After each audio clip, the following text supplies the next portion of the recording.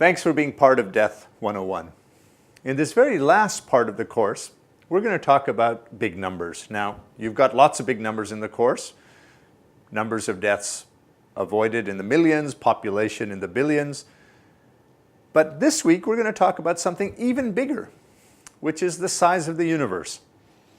Sir Richard Peto, whom you met in week 2, will go through an exercise to define the scale of the universe from the atom all the way up to the outer reaches of the universe. Does this have anything to do with Death 101? No.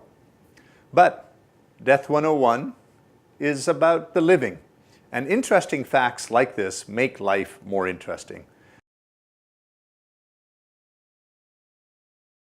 I want to explain one of those beautiful things I know, which is how to understand the scale of different things in the universe, from the very small to the very large. Now, what is 10 to the 5? If I do a little dot, a very small little dot, which is so small you can hardly see it, it's just a tenth of a millimetre across. So that's a tenth of a millimetre. And then you think of a house.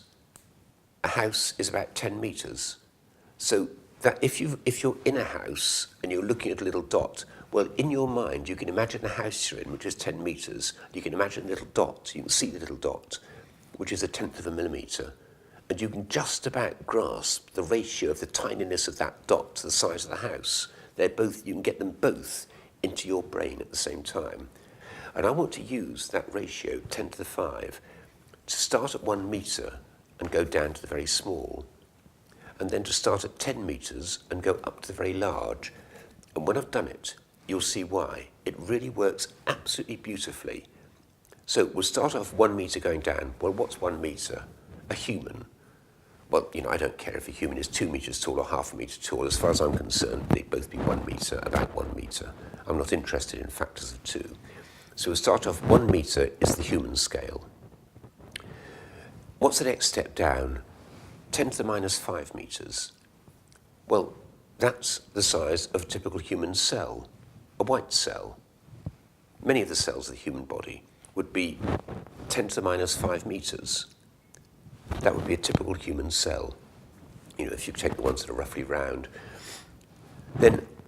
So if you think of a human cell, if the house is a body, then this tiny dot is a cell in that body. Let's take the next step down, from 10 to the minus 5 metres down to 10 to the minus 10 metres.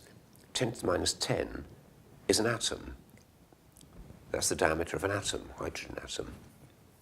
So if the house is a cell, if the house is a human cell, then that tiny dot is the size of the atom.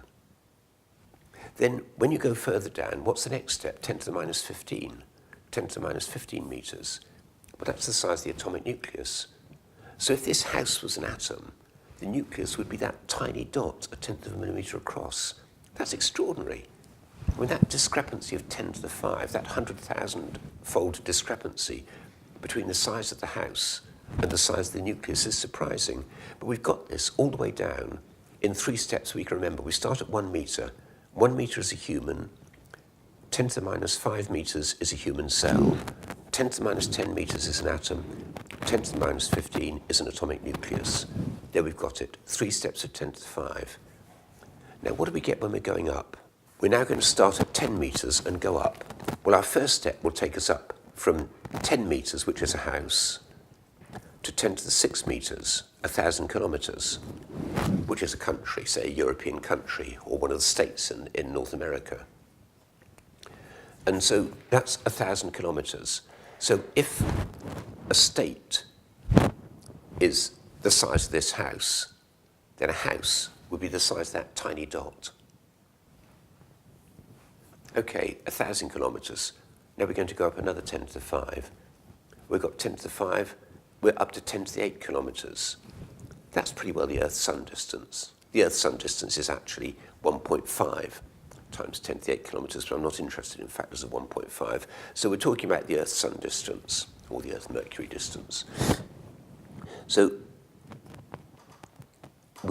if we've got a tiny dot like that, then the house would be the size of the distance to the terrestrial planets. So the distances among the terrestrial planets, Mercury, Venus, Earth, Mars, those sort of distances, these are of the order of the house. Then a state, the United Kingdom, California, would be this tiny little dot.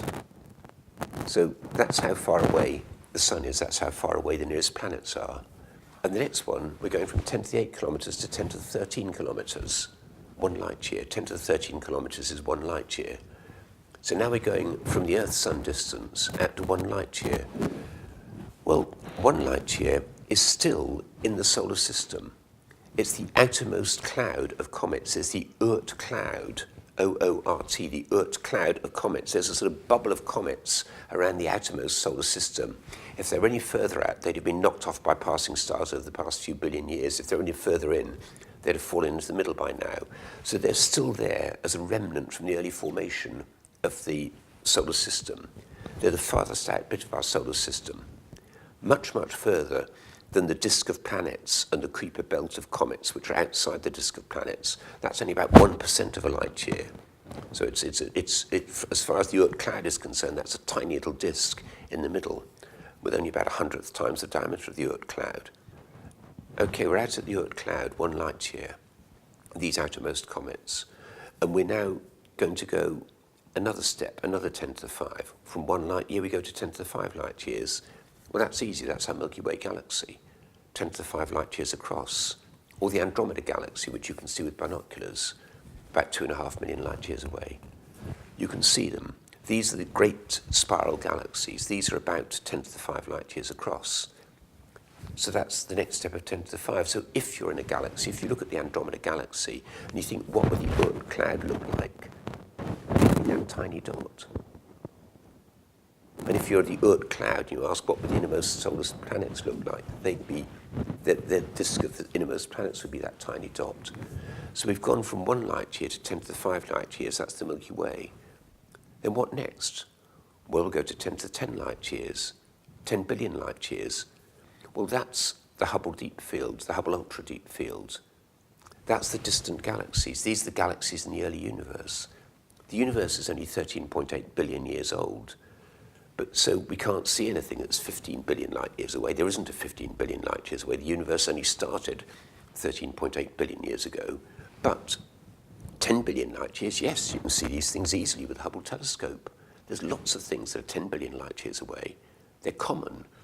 And so the distant galaxies in the Hubble Deep Field, these are 10 to the 10 light years away. And as far as they're concerned, if the Hubble Deep Field, the surrounding universe, is the size of a house, then our Milky Way galaxy is the size of a dot. Now, that's few enough steps to be able to remember them. There's a couple of surprising jumps, the one between the nucleus of the atom and the atom, the one between the innermost planets and the Oort cloud. But overall, you can fill things in there. If you've got other information, you can fill that in. You can say, okay, well, what's the diameter of the sun? You could start saying, well, how big are bacteria? Well, they're about only a tenth about as big as human cells are. You can fill in other knowledge. But if you've got that framework, then it gives you a framework in which to fit other sizes. And I found it very useful.